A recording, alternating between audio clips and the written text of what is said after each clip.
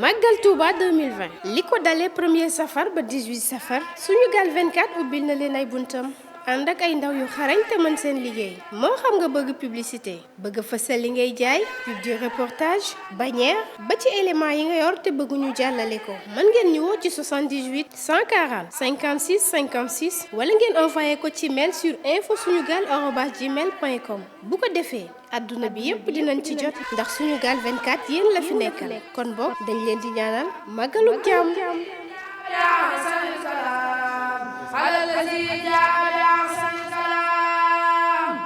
asalaamaaleykum mbokk yi seetaan ak ji safoo Sunugal 24 amati nañ mbégte ak kontante ànd ak yéen ci seen émission bii di fii lay xewee nag comme ni ma koy xëy saa su nekk émission la boo xamante ni dina waxtaane lépp loo xamante ni soxal na société bi wala bépp fait divers bi nga xamante ni ñu ngi koy dund ci suñu réew mi ci noonu tey tu leen indilee tam bii di may gu njëkk tubaab naan ko dot am ñi ko jàpp sax ni warugal ci noonu nit ñi jàpp que ni li ñuy mayee lim bi ëpp na ñi ci des jàpp ni jigéen loo ko may doyut waaye en tout cas ak lu ci mënti xew rek dinañ ci waxtaanee te loolu damay ànd ak oustaz mu nuyoo ak mbokk internet yi seetaan Sunugal 24. a'uuzu billaahi samiil aliim mina sheytaani rajiim bismillaahi rahmaani rahiim. subhaanaka laa ilma lanaa illaa maa 'allamtanaa innaka antal aliimul hakiim. rabbi israh li sadri wa yassir li amri wahlul 'uqdatan min lisaani yafqahu qawli. mbokki jullit yi mbokki àdduna bi mbokki internet yi Sunugal 24 ñu ngi leen di nuyu di leen ziar. di ñaan yàlla suñu borom defal ñu jàmm defal leen ko bi jaahi sayyidil wujuud salawaatullaahi wa salaamu alayhi. gannaaw loolu ñu ngi nuyu soxna Jaara mi nga xam ne nii moom la ñu bokkal plateau bi ak sëñ Mouhamadul Moustapha Mbaye di grand journaliste ñu ngi koy nuyu baax di ko ziar waaye di nuyu itam suñu caméraman bii di Dóor waar kon soxna maam Jaara loolu mooy li nga xam ne moom la nuyoo incha allahu taala. macha allah nuyoo bi am na solo comme ni nga koy waxee sànq dañuy dem nuyoo ji suñu journaliste bu mag bi Moustapha Mbaye nuyu nañ la. maa ngi lay fay soxna Diarra à chaque fois rek mbégte lay doon ma bokk ak yow plateau bi di ci ànd ak oustaz nga xam ne bee passé waxtaan bu am solo bi mu fi defoon tax na ñu am ci retour yu bëri ñu bëri gis xam-xam bi ni mu koy tasaare ak li nga xam ne mooy ay contradiction te ñu bëri xamuñu ko mu dimbali ñu si ba gindi ñu si sama genre yi nga xam ne seen alluwa soriwul mu dimbali leen si bu baax a baax tey nag ñu am njort ne thème bi nga indi buñ ko waxtaanee ñu bëri nañ si jëlee njëriñ ñu am ci yaakaar bu baax a baax. defe naa ni am na solo nuyoo bi oustaz tey ñuy waxtaanee ci may bu njëkk maanaam càng may bu njëkk càng lan la ci lislaam wax. jërëjëf soxna Jaara ñu ngi lay nuyuwaat beneen yoon. di wax ne da nga tudd nag ñaar yu bokkul da nga wax may gu njëkk wax can. ah bokkul. non non c'est pas la même chose bu nekk ak bosam la. d'accord. lislaam can la xam may gu njëkk. aada la du diina bokkul ci lislaam xamu ko lislaam li mu xam mooy can googu nag lislaam da ko libéré bàyyi na ko tënkul ko ci lenn minimum la tënk mais lu gën a bari moom amul fu mu ko yemale ndax jigéen ci charia lépp loo ko may ci alal ngir bu mu sëy dox seen diggante yéen ñaar dara nekku ci ndax ci jamono yi Seydina Omar radiyallahu anhu dañoo bëggoon na moom ci moo gisoon ne xale yu góor yi takkatuñ jabar lu tax takkatuñ jabar mooy ne can yi dafa cheroon léegi mu jékki-jékki bëgg a wàññi can yi pour xale yi mën takk jabar bi mu proposé loolu ku jigéen moo ko indil benn aaya alquran ne ko Seydina Omar mu ne ko yow de yaa ngi bëgg a xañ jigéen ñi lu leen yàlla jox muy can lislaam amalut ko fu mu ko yemale ndax yàlla dafa wax ci alquran ne wa in aradtum istibdaala zawjin makaana zawjin wa aataytuna ihdaahunna qintaaran fala taqusu minhu shay'an mu ne fala taqusu minha shay'an mu ne su fekkee ne da ngeen jël jigéen takkoon ko ca neexoon ko lu toll ni angaar mu ne angaar nag kenn xamut na nga toll ndax lan buñ koy firi ci olof dañ naan mooy angaaru xaalis kon léegi jigéen loo ko mënti jox ci alal rek lu mu bari bari dara nekku ci mu ne falaa taqusu minhu shay'an bu leen ci jël dara ataqusunahu buhtaanan wa isman mubiinan ndax da ngeen koy jël ci bàkkaar ak ay nar loo xam ne doge ci benn dëgg lu tax mooy ndaw si dafa am foo yegg ak moom dafa nga yegg ak moom la ko waral mooy can googu noonu loolu nag lu jar a bàyyi xel la mu ne wa kayfa taquzunahu nu ngeen koy jëlaatee ci moom wa qad afda ba'dukum ila ba'din te yéen ñaar am ngeen accès boo xam ne bu fekkoon du can googu doo ko am ci ndaw si wa axasna minkum misaaqan xaliisan amoon nañ confiance ci jëkkër ji amoon na confiance ci ki ko takk nii ba tax mu nanga koo jox boppam kon nag bu ngeen demee ba ci biir ngeen am problème warul tax nga ne ko li ma la joxoon nanga ma ko delloowaat mu ne ko nag xintaar boobu alxuraan wax la muy tegtale mooy alal ju bari Seydina Omar dafa delluwaat gannaaw gis nga kilifa noonu la war a mel dafa delluwaat gannaaw ne maa ngi sant yàlla mi nga xam ne moom moo def ci xeet wi bu ma juumee jigéen corrigé ma kon loolu la muy tegtale mooy ne can mën na nekk fukki junne mën na nekk ñaar fukki junne mën na nekk sax téeméeri million mais mu nekk lu war a xam mais dafa am benn xaddis boo xam ne yonent bi daf ko wax alayhi salaatu wasalaam nee na wa asamu nikaahi barakatan aysaruhunna mahran wala mu onatan mu ne sëy bi gën a barke mooy sëy bi gën a yomb sëy bi gën a moyen cher nee na mu ëpp barke ci la borom di gën a amee njaboot gu barke ci la borom di gën a amee barke ak yiw ak xéewal ndax can yële daanaka ci sëyu commerce la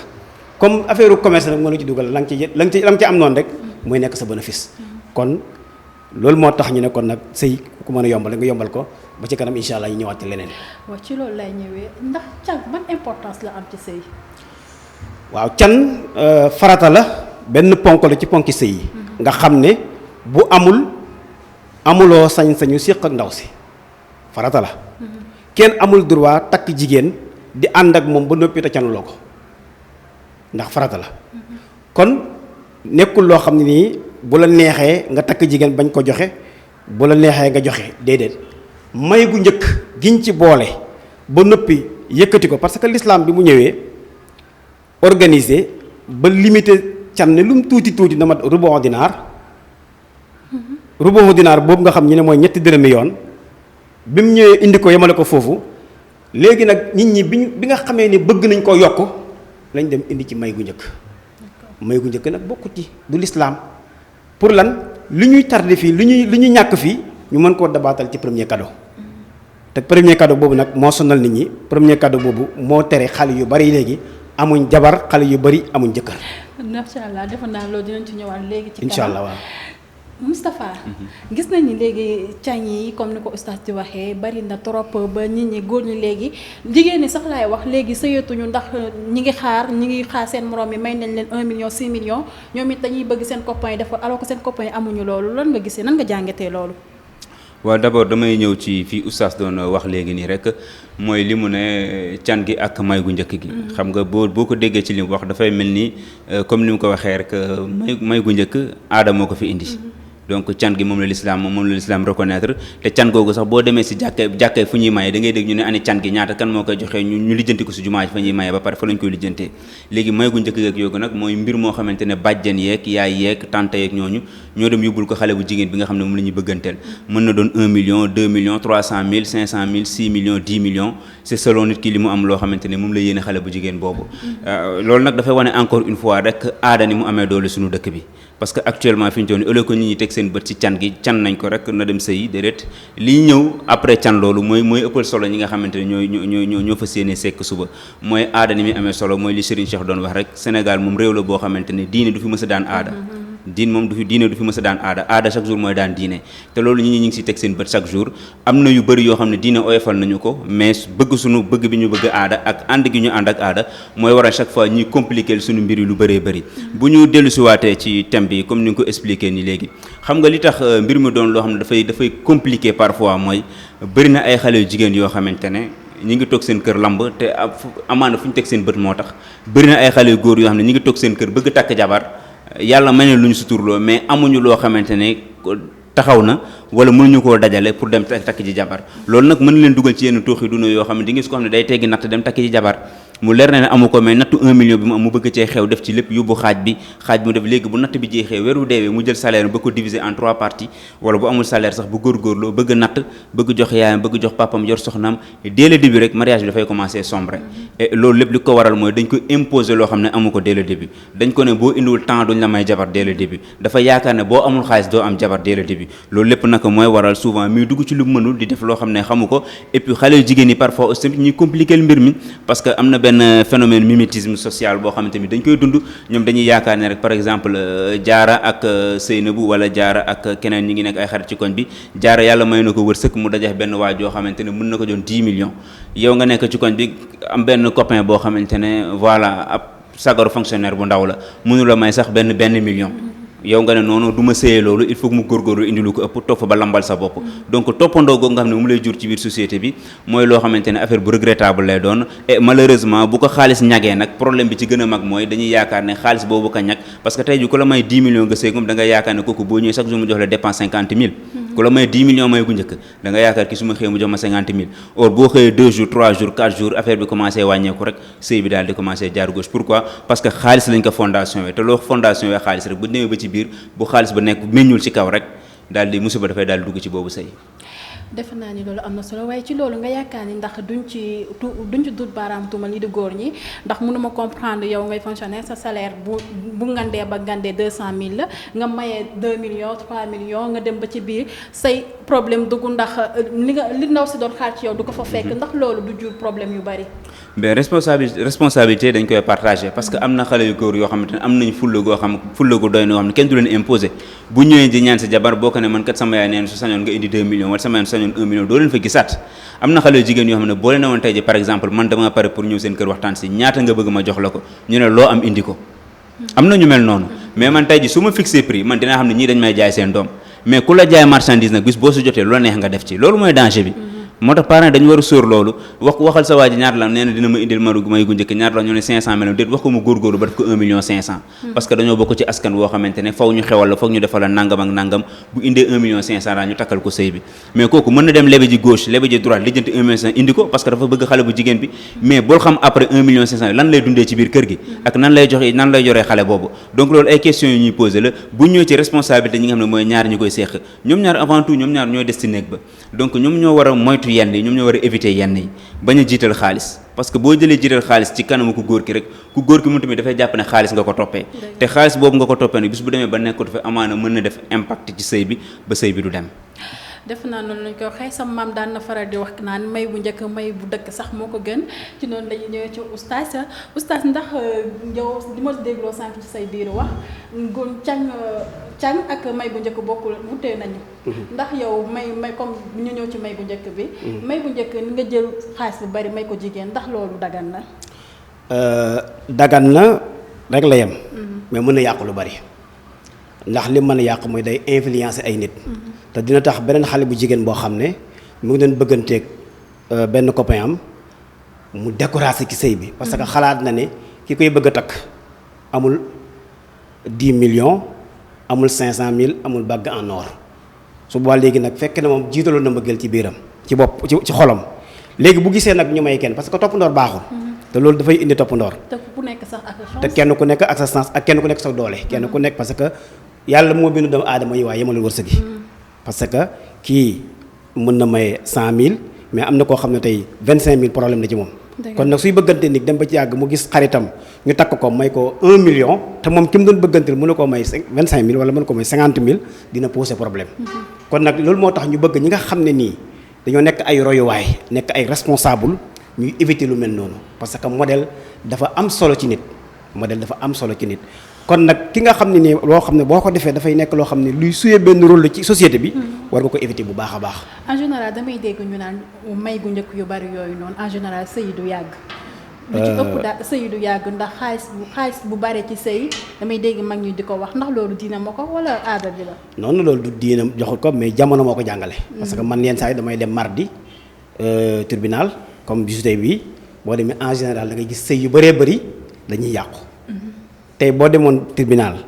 la nga fay fekk ñu fay atte ci ay sëy kenn xamul nu mu toll te lu ko waral mooy sincérité moo ko lalul ndax li tax mooy xale bu jigéen bi amaana am na lu mu toppee woon yaakaar bu mu toppee woon ku jëkkër ku góor gi dem na ba ci biir gisatu ko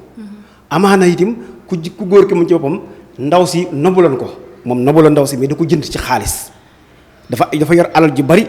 nax ko jox ko ay millions wala mu may ko oto wala may ko li takk ko ba indi ko ci kër gi di ko maltraité. te ku jigéen ki bëgg ko amaana sax ku jigéen ki du bëgg. exactement mais alal la ko jëndee woon. su ko defee bu ñu demee ba ci biir nag mu indi ay problème ñuy mujj ci tribunal. kon li nga xam ne ni daal mooy li wér mooy ñu toppoon li lislaam wax mooy alxuraan def ne yuridu laahu bikumul yusra wala yuridu bikumul usra yàlla nee na lu yomb rek laa bëgg ci yéen bëgguma leen di jëfel te xale yu jigéen ñi nga xam ne ni ñoo nekk fii yu baree bari te takk amuñ jëkkër yooyu moo ko waral. yow da ngay toog di xaar ku la may oto wala ngay xaar ku la may indil 1 million sa morom di ko xaar ñu toog fi waroon sëy te duñ sëyi te mu wóor la ne tey benn doom boo ko amoon tey benn doom képp boo ko amoon tey bu ñëwoon indi 1 milliard ne la jaay ma ko doog ko jaay. waaw kon pourquoi ngay xaar ci sëy alal te xamoo ndax yow boo xaaree da nga am beneen doomam déet da nga ci am doomam déet kon lu jar bàyyi xel la. waaw. ci loolu chaque jour ñu gis que ni nit maye premier cadeau ba pare sax ñu diire ay 2 mois sëy ba tas ku góor ki wëlbati ko wax di laajaat xaalisam. ndax loolu yoon la. loolu. ndax moom pour man jigéen soo ko xasee may surtout ci wàllum sëy loo ko may ndax mayoo ko noonu ci dara donc may pour jël ko. loolu soo ko mayee amoo droit jël ko. waaw li nga am droit jël ko mooy can xam nga dafa am lu ñuy wax xolxon ci sariya. mooy summeeku mooy jigéen day sëy ak góor mu dem ba ci biir gis ne moom li mu séentu woon ci sëy bi gisu ko soit jëkkër ji ay jikkoom baaxul soit day naan sàngara wala day foo wala du julli du jaamu yàlla nekk ay jikko yoo xam ne baaxul ci moom léegi nag dem ba ci biir mu bëgg a génn ci sëy bi su boobaa lislaam daf naan ko comme yow yaa bëgg a génn ci sëy bi ku jàkk a jukki ba ca dellooxal waa ji li mu la joxoon te nga génn ci sëy bi loolu lislaam permettre na ko jigéen waaye nag su fekkee ne ku góor ki nag moom moo la fase moom su boobaa léegi du am droit di la laajaat li mu la joxoon ndax suba day ñàkk léegi nag sëy yi nga xam ne ñooy tas léegi lu gën a bëri lu koy waral mooy li Moustapha wax ni mooy li leen di imposer alal ñi dem lijjanti boole seen buy ak seen Dakar ba ñëw takk sëy bi te fekk ne au fond bu ñu demee sax dépense bu mat duñ ko mën a am loolu day poser problème te poser na problème ci ay kër yu bëree bëri duñu waa defe naa ni comme nuñ ko waxee sànq rek ndax may gu njëkk moom du lu bon ndax jigéen yaakaar naa ni loo ko defal rek doyutoo waaye nag parfois jigéen ñi dañ ciy abuser ndax relation yu bëri loolu yàqu na ko da ngay nekk sa copain gis sa xarit jëkkëram may ko xaalis bu bëri yow sa copain poosam àttanul loolu nga ne ko danga may 2 millions ndax sama xarit 2 millions lañ ko may ndax loolu aussi du indi ay problème yu bëri ci wàllum relation yi wala sëy sax. waaw jaara li nga wax nii léegi xam nga lu gën a garaaw loolu sax lay indi. mooy dafay dem ba dafay indi société boo xam ne les gens vont avancer masqués. dañuy avancer masqués. parce que man mi nga xamante ne par exemple maa ngi liggéey te xam naa ne aw ma doole benn am doole bi ma xam sam bopp. mooy bëgganteek benn jaara boo xam ne mi ngi si koñ bi xam naa ne jaara mi ku am 4x4 bu ngande la soxla ku am xaalis ku am ku sol costume cravate indi ko ba nii waaw du ma ko ñemee léegi je suis obligé nu may def mooy xam naa fa ay bërëb yoo xam dañuy louer oto am naa sama permis de conduire ma dem louer sama oto ñëw seeti ko benn samedi ñëwaat ñaaru ne ma caaxaan taxumaa jóg daal di patamee xale bi waaxu mi ngi noonu ma waaxu seen waa kër ne leen daal na ngeen ma may soxnaa rek daal di ñëw yor sama kurus yor sama dox ñu ne yee Moustapha ma lay wax dëgg yàlla non waaw mais parce que xam nga lu tax loolu xaalis moo tax parce que xaalis bu amee nit ki bu masqué woo tant que masque bi waddul doo xam kii ban genre nit la woon man sama objectif lenn la mooy damay fexe ba am ndaw si su ma ko amee naa ko takk après man sama yoon nekkul def parce que dina toog laay jàpp parce que li ma taxoon a jóg mooy su ma deful ni du ma ko am loolu xale bu jigéen bi am na ci part de responsabilité parce que moom moo melokaanoo noonu moom moo jàpp ne moom moo ko bindoo ba ci koñ bi ñëpp jàpp nañ ni kii ku amul daraja du ko doxaan ci koñ bi te parfois dañuy fàtte benn mbir gis nga parfois nga dugg ci sëy waa ji am lool nga dugg ci biir yàlla dem ba waa ji daal di ñàkk lool parfois nga dugg ci sëy ànd ak koo xamante tey ji bu ñu jëlee benn exemple couple bu ndaw rek Macky Sall ak Marème Faye Sall xoolal nuñ démarré ñoo xamante si location lañ démarré tey ji ba tey ji ñi ngi ci kër gi nga xam ne moo gën a màgg ci Sénégal mooy palais tey ji su fekkonte ne kooku waa ji dafa ñëwoon doon ko seet si mën na ko déedéet man damay seet koo xam ne gradé la wala mel ni kii amaana tey ji du dem toogi ci palais donc parfois est-ce que xam nga lan moo am solo tey ji si choix wu nit mooy nit ki na nga am jom am diine doon koo xamante ne am na lu muy rus je pense que góor bu amee jom am diine rek am na lépp te kooku nga ngay mën a séqal ànd ak moom dem ak moom su ko defee ëllëg yàlla mën leen defal bu amee teraanga du la wor bu méttee métti ngeen séq ko yéen ñaar mais su fekkente ne da ngay suur ko am daraja parce que sëy bu fekkente ne daraja bi dafa ñëw nga fekk ko fa ku góor ki moo lay ëpp baat boo moytu loo wax dana laan toogal daf lay régler mais tey jii man suñu nekkee ñun ñaar daraja nga xam ne sama daraja ji ma am tey jii yow ay xeer yu bëri fondation nga ko si ay xeer yu bëri indi nga ko su ma waxee da nga am droit wax tamit parce que da nga naan ba muy métti ñu ñaar la woon jigéen nag ba muy métti ñu ñaar la woon moo gën ko góor ki naan yow toogal amoo looy wax ndax da ngaa ñëw fekk lépp yemb et loolu je pense que war nañ ci gën a mën a bàyyi xel di bàyyi xel ci nit ki les qualités intrinsèques nit ki ni mu mel ci boppam que ngay bañ a bàyyi paraître bi di la yóbbu parce que bis bu la paraître yóbboo rek li la yóbbu mooy réccu c'est-à-dire ki ñëw na je l'ai vu bien habillé rafet na am na ay biceps am na yeneen noonu suñu parents yi ñoo ñuy xas dafa gis ku yaayam na yow da ngaa tuuti bët jigéen dafa war a rëy bët loolu aussi mën na jural ku jigéen kii naagu ne man dama war a am jëkkër boo xamante ni dañ koy dégg dama war a am jëkkër boo xamante dafa may teeral loolu aussi parents yi am nañ ci wàllu ci boobu noonu. waaw mais xam nga kooku tey jii dafa sóorul ne sëy du bésu réception ba rek du bésu réception ba am na ñoo xam ne booy bëggantee seen doom dañ naan kan mooy yaay ji parce que ñi ngi sóor teral li ñu la war a teral wala ñu war a am ci xew baak yooyu ñoom sóoruñu ndax doom jëkki mais dañ naan kan mooy yaay wala fal na askanoo ñun ñi ngi sóor ci bisu xew ba lañ toll ñoom mais yow miy bëggante la lañ leen war a jox voilà mais yow miy bëggante yow yaa war a xam li nga bëgg yow miy bëggante yow yaa war a xam ki nga bëgg kan la su ko defee nga mën a xam kii ay qualité am la parce que biir néegu sëy du xaalis moo fay jariñ du xaalis bu bëri la du rafetaay gu bëri mais mbirum jikko la comme jikko la nag ki nga war a bëgg mu jur say doom da nga war a xool ay jikkoom bu baax a baax. defe naa ni Moustapha loolu nga wax am na solo waaye nag damay ñaax sama mbokk jigéen ñi di leen wax ni sëy du alal rek naam ci kaw nga boo ko amee am na ci solo waaye bu leen di xërteel ñi ngeen nekkal di leen def loolu nga xamante ni mënuñu ko oustaz ndax parents yi tamit amuñu ci part de responsabilité ndax ñi ngi nekk di xërteel yow da ngaa tuuti bët jigéen dafa war a rëy bët ndax loolu aussi du permettre ku jigéen kii ne man damaa war a am li sama morom mi am alors que sans yemul yàlla dafa bind te yemalewul. ahankañ parents yi am nañ ci responsabilité bu mag xam nga lislaam dafa wax ki nga xam ne mooy wayjur muy baay walla muy yaay pour mu yar doomam ci yarul islaam boobu nag ci la koy jàngalee lan mooy ngor lan mooy doylu ak lan mooy personnalité ak dignité loolu moo am solo ci nit léegi nag doom ji boo ko yaree ba mu nekk nit ku am personnalité am dignité xam lan mooy ngor ak lan mooy jom su boobaa nag ci ngay koy tànnalee jëkkër joo xam ne qualité yooyu moo nekk ci moom moo tax yonent bi ba muy tànnaloo jëkkër waxul xale bu jigéen bi tànnal jëkkër daf ne bàyyi ak yaay tànnal jëkkër xoolal léegi nag ak jamono ji ñu toll li xew xale yi jigéen yi ñooy tànnal seen bopp jëkkër te yonent bi alayhi salaatu wasalaam dafa waxoon waay juri ne iza raaytum man tardawna diinahu wa xuluqahu fa zawijuhu su nit ñëwee seet si seen doom constaté leen ci ñoom ñaar yii benn bi mooy diinaam ñaareel bi mooy jikkoom bu amee diina ju baax am jikko ju baax may leen ko soxna tudd fa benn yoon alal tudd fa benn yoon kër gu rafet tudd fa benn yoon oto bu rafet kon la mu wax mooy diina waaye it yonent bi alayhi salaatu wasalaam wax ne nit bu amee doom na fexe ba bu ko yaree yar bu baax bu mu ko sànk ñu ne lan mooy sànk bi ñu ne mooy nga may ko jëkkër joo xam ne amul diina amul jikko ndax li nga defoon ci moom boo demee ci kooku mën na koo yàq ndax man temps yi maa ngi réglé benn sëy boo xam ne ndaw si dafa am diina am lislaam mu jël doomam may ko ku góor ba mu demee ci ku góor ka mu gis ne bi mu nekkee ci góor gi ak léegi bàyyi na julleetul normalement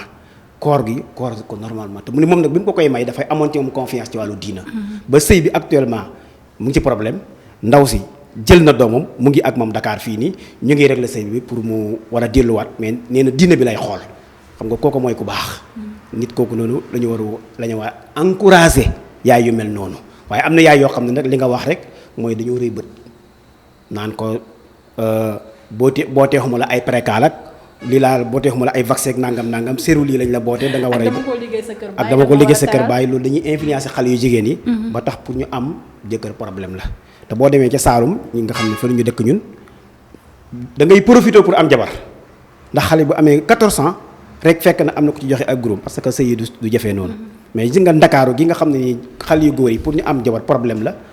ndax lan ñu ngi xalaat ne xale bu jigéen bi rafet na mais su ma demee sol sama daal la dem ci seen kër rek mu toroxal ma nga dégg mu ne ma xam nga au passage ba du man lépp mu ne ko amoo sama ndékki nga dégg mu ne kii mënu ma jox sama ndékki mu naan daf may takk jabar kon loolu daal lu am solo la ñu ngi delloo kàddu gi soxna Jaara kon foofu ca kanam incha allah. defe naa ni comme niñ ko xëy saa su ne rek lu duuf ci nag bi xajut ci lii ba tax na dañ ko fi yemalee ci noonu damay jox sama invité yi rek ñu tàggatoo ba beneen yoon incha allah Moustapha comme temps bi xoj nañu tàggatoo ba beneen yoon incha allah. waaw li may tàggatoo rek soxna Diarra mooy di dellu ñaax sa mbokk xale yu jigéen yi. yow ak sa classe gi célibataire yu mag yi. ngeen bàyyi xel ci choix bi ngeen di def. parce que bëri na divorce yi actuellement divorce yi bëri nañ trop. te am na ay études yu wane ne mariage yi nga xamante ne de matagu amaguñ 30 ans ñu bëri un quart yi daanaka dañuy tas buñ deful 5 ans donc loolu xam nga c'est des chiffres qui sont très alarmants donc loolu war na attirer attention ñu bëri ñu xam ne tamit choix wu ku góor ki ngay séqal dafa am solo trop comme ku góor ki tamit choix wu ku jigéen ki dafa am solo trop ba ñu bañ a jiital rek xaalis bi mu indi wala fi mu bokk te xam ne sëy dafay dem au delà di xaalis bi mu yor wala li mu yor mbirum jikko la mbirum comportement la mbirum nekkin la mbirum descendance la donc loolu c'est trop sérieux pour man nga jël ko résumé ko rek ci koo xamante ne am na million wala am na 500 000 wala lii lay liggéey wala mi ngi feeñtale wala fee lay génn te yàlla sax dafa bind te yamale wu mi ngi noonu donc war nañ ci bàyyi xel bu baax a baax loolu daal yaakaar naa bu ñu ko defee bàyyi xel bu baax ci choix bi di bañ a jiital daal comme ni ngeen koy defee kii neexuma ak wala amul ak wala mënumaa yor ak mu yorul sama ndekkeek ñi amuñu dara lii lay liggéey ñi amuñu dara wërsëg ak nit yàlla moo koy def si nit. ok. oustaz ñu tàggatoo ba beneen yoon incha allah. waaw li may tàggatoo rek mooy xale yu jigéen yi ñu bàyyi xel bu baax ci ni ñuy tànnee jëkkër. ndax léeg-léeg nga dégg xale bu jigéen nga dégg mu ne sama paa bi sikkiñ bi daa taqalem ba dem sëyal mag moo xam ne nii. malheureusement du ci jëlee njaboot. oustaz loolu mooy lan sikkim bu taqale mooy lan. sikkim bu taqale mooy dafa yor xaalis. ok mais âge bi nag dem na ci ay 70 ans. d'accord kon kooku noonu alal la jiital. du mbëggeel. mais du mbëggeel loolu jar a bàyyi xel la kon xale yi jigéen ñi bu ñuy sëy nañu fexe di sëyal koo xam ne ni ñoom gis nañ seen intérêt ci wàllu diina waaye itam intérêt ci seen santé. parce que loolu ci am solo la. parce que relation sexuelle mos naa ci def benn émission ci mariage précoce émission bu doyoon waar la. bi ma koy gëstu daf ne nit ki muy jigéen muy góor kenn ku nekk li la war sa diggante ak sa morom su manqué rek mën nga ci jëlee feebar bu métti métti feebar bu doy na waar trop kon ñu ngi tàggatoo rek ak ñi nga xam ne ni ñoom ñooy internet yi di leen wax jërë ngeen jëf salaamaaleykum wa rahmatullahi wa barakaatu. oustaz jërëjëf xam-xam bi rafet na waxtaan bi am na solo di la jaajëfal comme li may waxat sama mbokk jigéen ñi rek di leen ñaax di leen wax que ni waykat bi wax na kat sëy du choix sëy chance la ba tax na lépp luñ ciy dugg nañ ko xoolaat ndax du benn fan du ñaari fan à vie la duñ ci alal jiital buñ ci jiital dara nañu tànn xale bu góor bu baax bi ñuy nekkal ci am fulaam ci jomam ci ngorom waaye buñ ci tànn mukk ci alalam wala ci mën-mënam di leen indi loon di leen jox dig daje incha allah ci beneen émission fii lay xewee merci beaucoup. Magal Touba 2020 li ko dalee 1er safar ba 18 safar Sunugal 24 ubbil na leen ay buntam ànd ak ay ndaw yu xarañ te mën seen liggéey moo xam nga bëgg publicité bëgg fësal li ngay jaay pub de reportage bannière ba ci élément yi nga yor te bëgguñu jàllale ko mën ngeen ñu woo ci 78 140 56 56 wala ngeen envoyé ko ci mail sur info-sunugal@gmail.com bu ko defee adduna bi yépp dinañ ci jot ndax Sunugal 24 yéen la fi nekkal kon boog dañ leen di ñaanal màggalu jàmm